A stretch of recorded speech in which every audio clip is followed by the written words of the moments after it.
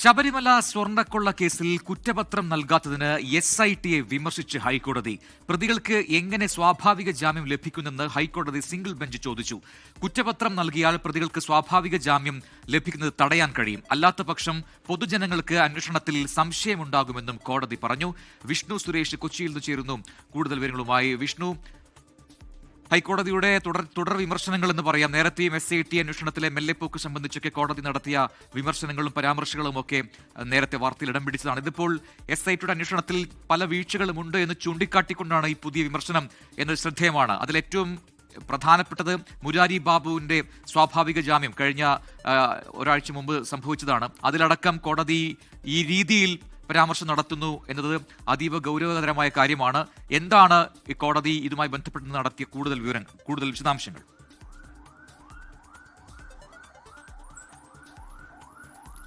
റജിൻ, ഈ കേസിലെ 12ാം പ്രതിയും അതോടൊപ്പം തന്നെ സ്മാർട്ട് ക്രിയേഷൻസിന്റെ സിഇഒയുമായ പങ്കജ് ഭണ്ഡാരിയുടെ ജാമ്യഹർജിയാണ് ഹൈക്കോടതിക്ക് മുമ്പാകെ വന്നത്. ജാമ്യഹർജി പരിഗണിക്കുന്ന ഘട്ടത്തിലാണ് കോടതി ചില പ്രധാനപ്പെട്ട ചോദ്യങ്ങൾ SITയോട് ചോദിച്ചത്. ഈ കേസിലെ പ്രധാനപ്പെട്ട പ്രതികൾക്ക് പലർക്കും ജാമ്യം ലഭിക്കുന്ന സാഹചര്യം കാണുന്നുണ്ട്. പ്രത്യേകിച്ച് 90 ദിവസം, ഏറെക്കുറെ എല്ലാ പ്രതികളും 90 ദിവസം പൂർത്തിയാക്കുകയാണ്.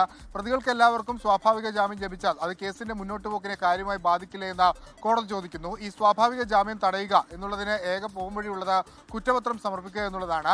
അതുണ്ടായില്ലെങ്കിൽ ഈ അന്വേഷണം തന്നെ പൊതുജനങ്ങൾക്കിടയിൽ വലിയ സംശയമുണ്ടാക്കും എന്ന മുന്നറിയിപ്പ് കൂടി സിംഗിൾ ബെഞ്ച് നൽകിയിട്ടുണ്ട്. ഇതാദ്യമായല്ല സിംഗിൾ ബെഞ്ച് SITയെ വിമർശിക്കുന്നത്. നേരത്തെ ഈ കേസുമായി ബന്ധപ്പെട്ട ശങ്കർദാസിനെയും അതോടൊപ്പം വിജയകുമാറിനെയും അറസ്റ്റ് വൈകുന്നതിൽ ഇതേ ബെഞ്ച് തന്നെ SITയെ വിമർശിക്കുകയും പിന്നീട് SIT ഇവരെ അറസ്റ്റ് ചെയ്യുകയും ചെയ്തിരുന്നു.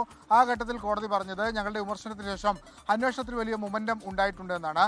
നിലവിൽ ഇന്ന് നടത്തിയ വിമർശനത്തിന്റെ അടിസ്ഥാനത്തിൽ ഒരുപക്ഷെ SIT ഈ കുറ്റപത്രം സമർപ്പിക്കാനുള്ള നടപടികൾ വേഗത്തിലാക്കാനുള്ള സാധ്യത വളരെ കൂടുതലാണ്. മുൻകാല ചരിത്രം പരിശോധിച്ച് നോക്കുമ്പോൾ അങ്ങനെയാണ് മനസ്സിലാക്കുന്നത്. പക്ഷേ അതത്ര എളുപ്പമായ ഒരു കാര്യമല്ല. SIT സംബന്ധിച്ച് ഒരുപാട് തെളിവുകൾ അവർക്ക് ലഭ്യമാക്കേണ്ടതുണ്ട്.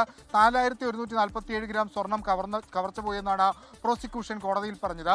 അതിൽ 467 ഗ്രാം മാത്രമാണ് കണ്ടെത്താനായിട്ടുള്ളത്. അപ്പോൾ ബാക്കി സ്വർണം എവിടെയെന്ന ചോദ്യം അവിടെ നിൽക്കുന്നുണ്ട്. ഈ ചാർജ് ഷീറ്റിലെ ഏറ്റവും പ്രധാനപ്പെട്ട ഒരു കണ്ടന്റായി വരാൻ പോകുന്നത് ആ ബാക്കി സ്വർണത്തിന്റെ കഥയാണ്, അല്ലെങ്കിൽ അതിന്റെ തൊണ്ടി മുതലുമായി ബന്ധപ്പെട്ടുള്ള വിശദാംശങ്ങളാണ്. അപ്പോൾ അത് കണ്ടെത്താനായിട്ടില്ല. മറ്റു പരിശോധനാ ഫലങ്ങൾ വന്നിട്ടില്ല.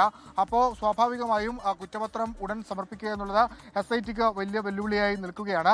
അതങ്ങനെ സമർപ്പിച്ചില്ല എങ്കിൽ മറ്റു പ്രതികൾക്ക് ജാമ്യം ലഭിക്കും. ഇപ്പോൾ ഈ കേസിലെ ഏറ്റവും പ്രധാനപ്പെട്ട പ്രതിയായ ഉണ്ണികൃഷ്ണൻ പൊറ്റിക്ക് ജാമ്യം ലഭിച്ചിട്ടുണ്ട് ഒരു കേസിൽ. രണ്ടാമത്തെ കേസിൽ ജാമ്യഹർജി 2-ാം തീയതി പരിഗണിക്കുകയാണ്. അപ്പോൾ അത് 90 ദിവസം പിന്നിടുകയാണ്. ആ കേസിൽ കുറ്റപത്രമില്ലെങ്കിൽ സ്വാഭാവികമായും ജാമ്യം ലഭിക്കും. മുരാരി ബാബുവിന് ജാമ്യം ലഭിച്ചു.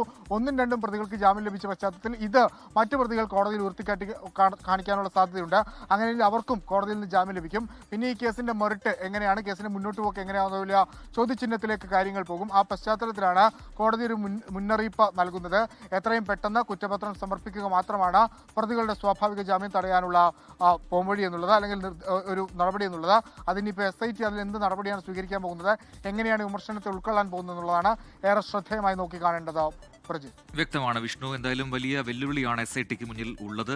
തെളിവ് ശേഖരണം അത് പാതിവഴിയിലാണ് എന്ന് SITക്ക് തന്നെ ബോധ്യമുണ്ട്. കാരണം സ്വർണം അതിനെയും കണ്ടെടുക്കാൻ ബാക്കിയേറെയുണ്ട്. അതെങ്ങനെ, ഏത് വഴിയിലൂടെ പോകണം എന്നൊക്കെയുള്ള തീരുമാനങ്ങളിലേക്ക് SIT എത്തുന്നതേ ഉള്ളൂ. എല്ലാത്തിനും സമയം വേണം. പക്ഷേ കോടതി അത് നേരത്തെ കാണുന്നു. ആ രീതിയിൽ പോയി കഴിഞ്ഞാൽ ശരിയാകില്ല എന്ന വിമർശനം കോടതി ഉന്നയിക്കുകയും ചെയ്യുകയാണ്. വിഷ്ണു സുരേഷാണ് കൊച്ചിയിൽ നിന്നും വിശദാംശങ്ങൾ നൽകിയത്. ലോകത്തെവിടെയായാലും ഏത് സമയത്തും 24 വാർത്തകളും ഓഗ്മെന്റഡ് റിയാലിറ്റി പാക്കേജുകളും എക്സ്പ്ലെയിനറുകളും വിശദമായി കാണാൻ ഞങ്ങളുടെ YouTube ചാനൽ നിങ്ങൾക്ക് സബ്സ്ക്രൈബ് ചെയ്യാം.